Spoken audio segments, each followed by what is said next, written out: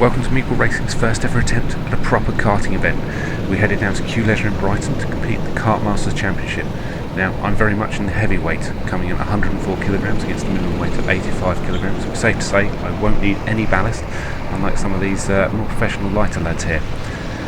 Me and Hearson from Meeple Racing, we've raced here 4 times already this year. We've really got the bug, and we thought it was time to move on from the open sessions with the stag do's and the public people, and now we know in some of those sessions there were some of the regulars. That's why they were so fast. So we thought we'd come here to learn something, maybe improve. Worth noting, we are the only people here in rented suits and who aren't wearing race shoes. Everybody else, own helmet, own suit, own gloves, own shoes, the full lot. Some people were a little nervous about being on the track, and quite frankly, so were we. So this event is 3 heats in the evening. 3 heats for the lightweights, 3 heats for the heavyweights. It's a random grid, so you'll start somewhere near the front, somewhere near the middle, somewhere near the back. And over the course of the championship you can drop your 6 worst heats, your 6 worst races. Yellow flags are covered by a virtual safety car, so all the cars slow down at the same speed. Normally when you come to these, with the stag do's around, the yellow flag periods can go on for laps at a time, as people end up in great big piles and heaps of go-karts all wedged in the walls. And we'll see how we get on with the yellow flags here. As this is proper racing, there are also penalties in play, so if you nudge people out, shove them off, you are going to get penalties and drop positions.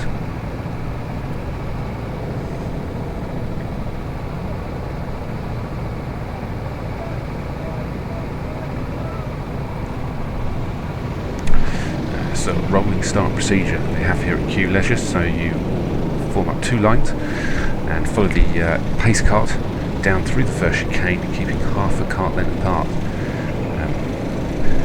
It's interesting, there's always some people who really wiggle around, but I'm just at the back here, hoping to stay out of everyone's way.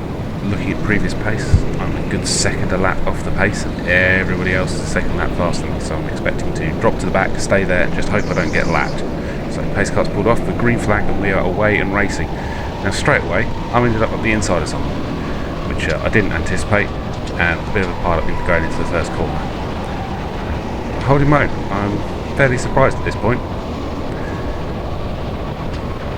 And there we go, first place lost. Someone's dived through on me already, and from here it's just a case of waiting till I'm at the back, really. Just trying to stay out of people's ways mainly, because I'm figuring they're doing the whole championship and I'm at the moment only here for 1 round. Don't know if I'm going to like it. Had a bit of contact with that guy there, didn't realise I should have pulled my nose out of that. I think I've let pretty much the whole grid through now. Not sure there's anyone else left behind me. Into the chicane. Oh, a spinner in the chicane. So I've made the place back. So that's a bonus, and I'm not that far off the back of the pack, which first race, I'm just, watching the lines, trying to figure it out. Nice thing to stay with it. I've scrubbed that corner horribly. A bit ropey, a bit rusty. Pack's not getting away from me too much. Kind of waiting for that other guy to come flying back through. Wide of that apex again, that is definitely my worst corner on the track. I just can't seem to get into that corner correctly, let alone out of it. I'm definitely losing most of my time there, and as the night progresses I also notice most of my time here as well, as I tend to drift wide in these early races on the exit, which is not fast, and that has let someone get up the inside of me again, and I'm going to have to let him go into the hairpin through the chicane, and he's gone. Another place lost. He's actually upset with himself and whacking himself in the head. I'm not sure why. He's just gained a place on me. Each to their own. Having seen some other videos, I realised that 104 kilos, apparently my benefit is in cornering grip. So I'm going to be slow on the exits, which gives me a lower top speed. In theory I can brake a little bit later and carry a little bit more through the apex with the extra downforce generated by my not insubstantial weight. So as we progress through this event, you'll see that I start tapping people in the middle of the corners, because I'm just carrying so much apex speed, and probably being fast in, slow out as well, not helping.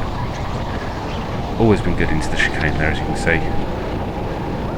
Always seem to be able to take some decent speed in there. It's quite different to the open sessions, to the open public sessions. You actually spend most of your time trying to find an alternative line to get round people. it takes me a good couple of races to figure out that what you need to do is stay in the snake and be fairly aggressive. Now me and this guy, we have a ding dong for the rest of this race. Me and Robinson, we're both fairly similar in weight, I suspect. He's certainly a fairly large lad like myself, and we have an absolute cracking race to the end. And at this point I'm at the back and I'm thinking, okay, I'm at the back, I can just learn now. And then I'm like, do you know what, I'm racing these guys, I'm not having fallen completely off the back of the pack. I'm sticking with this guy, I'm pulling up onto the back of him at times. Maybe there's a move on here, maybe I can not finish last, which, given I started pretty much at the back of the grid, there's only 4 people behind me, would be a result really. And yeah, we can occasionally get a bit of a run on him. One thing I will say about Mr. Robinson, he is a very good defensive driver. In one of the later rounds you'll see he manages to hold up the whole grid for a long time. He knows just where to place that kart. Fair play to him, that's part of the game. If you're at the front, people have got to get round you. That's just how it goes. So yeah, it's been a whole lap at the back, and I'm still with him.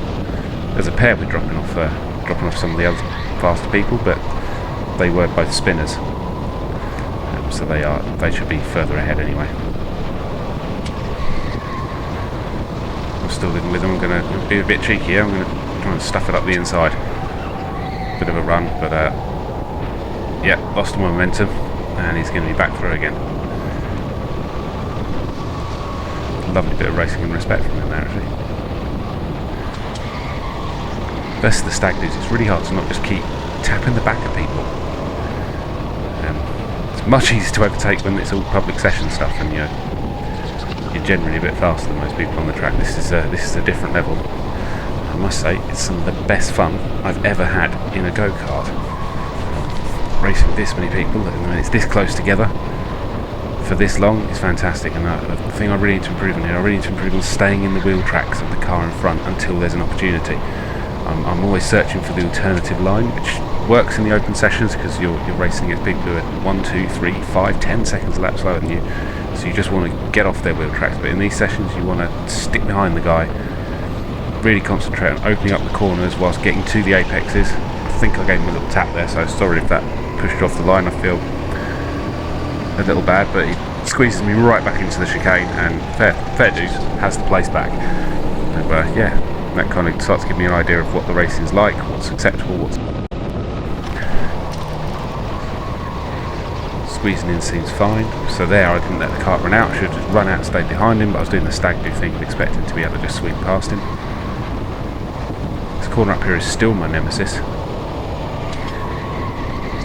Really got to be tighter on that apex.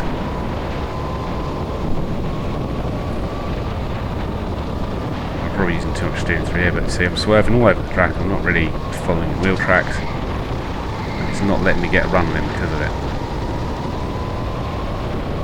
Down chicane, quite good with this chicane, always been good into here. I can close right up and people through the chicane, but my exit's never that great. Down the hill, plenty of way. I've really learnt this evening to really open that out by getting as far as the left as you can before you turn in, really carry the weight in for a late apex. This corner I'm not moving far enough to the right yet to open up this right-hander. The previous left, you want to get right out to the side right. I managed to get up the inside again. Let's see if we can make it stick this time. We're in, we've carried a little bit more speed, let the kart run all the way out, made it his problem, but he's back on that inside line again, and that's the place you want to be. Leave him half a kart's width. Quick check, dive for the apex, claim it as your corner. That seems to be the way to get the overtakes done. Certainly where I got most of my overtakes done was into that hairpin after the bridge. And now it's been the rest of the time glancing over my shoulder. The shadows are really helpful down this straight. You can tell if someone was up the inside of you or not. Again, didn't open that corner up enough. And I want to be all the way up to the right, and I'm just not. Makes this corner really tight. There's a big bump on the inside. It's really quite painful. I nearly come out the seat most laps. Just not consistent around that hairpin. I'm turning for too long. I've tried previously doing the big flicking and the neutral steer, but I couldn't seem to get on with it this evening. And I'm watching this back now, I haven't watched my other races, and it's painful around that hairpin. I'm not hugging both apexes. that's good. Nerfed the barrier, nice and tight. Getting through chicane at a decent pace. I've actually started to gap the guy behind now. I think he's decided he can't get past me, so he's going to save his energy for the later races, which is very wise, because it doesn't sound much, 3 little 10-minute races, but they're a little bit longer than 10 minutes, because they're 10 minutes plus a lap. And at this consistent pace with no yellow flags, it's hard work. I was breathing pretty heavy after the end of each of these. Certainly feeling a bit sore. Now, the rest of this race isn't fantastically exciting, and there's not much for me to learn because I've ended up kind of in no man's land really. Just driving around on my own, learning the track a little more, getting much tighter through that chicane. But yeah, I'm a long way back from people now. Meanwhile, Hearson, in the other cart, is kind of holding his own up in there. He's doing alright at the moment. Spoiler alert though, we will catch him before the end of this race. I don't think he's behind me at this point. He might be. But I know we catch him. I know we have a little race with Hearson, our own little mini meatball racing race. Either in this one, or no, that might be in Heat 2. Yeah, I think Heat 2 we're going to have a little ding-dong. I think Heat 1's going to be very, very lonely.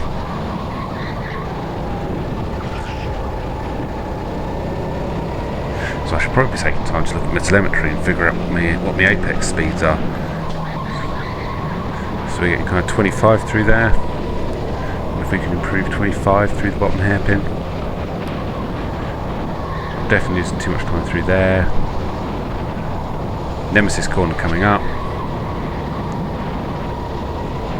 25, 26. Doesn't look awful. But at this point I'm still losing a good 6/10 a lap to the next slowest person. But there's a lot of time to be found. Let's put it that way. And there's quite a bit of racecraft to improve to stop letting so many people past at the start. I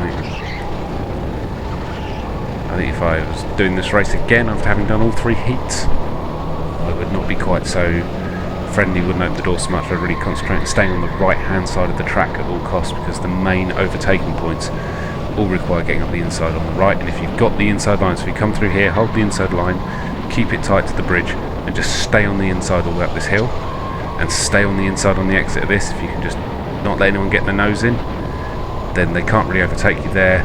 You're going to be on the inside for this corner, so there's not really anywhere for them to go, and you're therefore going to have the inside line into this hairpin here, and you just want to keep that inside line, both apex, miss the second apex there. And if you keep the inside, you've got the inside line to the chicane, and they're not coming through. So that's your main defensive line, is just make sure you remain in that inside line.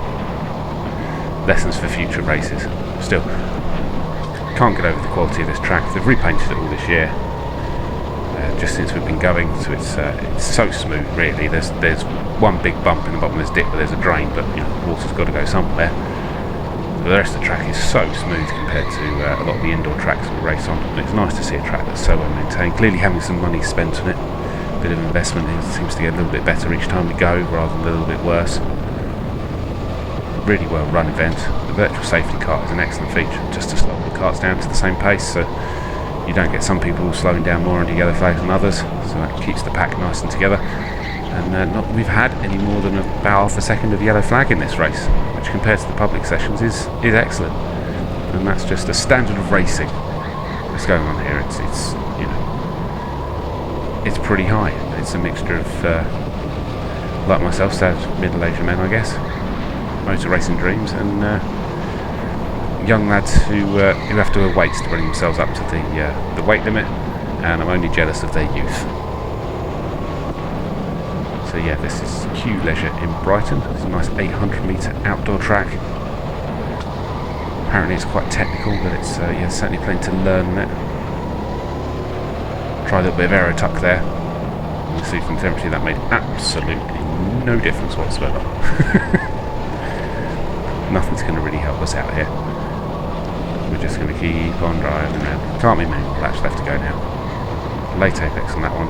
If you run out on that run out area there, it is so bumpy. It really wears you out fast, and that drain hole there really takes it out of you as well. In fact, you're constantly steering around this corner. You're pulling a reasonable amount of G, as you can see. Yeah, by the end of the night my neck was done and my core, so I need to get fitter. This is harder work than in the sim, let's put it that way. But I knew that already. But main aim for the first race was just not to be lapped, you know. I thought if I start seeing the leaders coming up on me, I'm just going to dive into the pit lane and pull out the race, because I don't really want to get in the way of someone's championship. But I've managed to survive the first race without being lapped and not last and doing an overtake. I wasn't just blocking the whole way through. I mean, he might have been in an awful kart, but an overtake is an overtake, and we'll take that. Try and turn my camera off, don't know why, no need really. Nice slow walking pace, back into the pits to see how we all got on.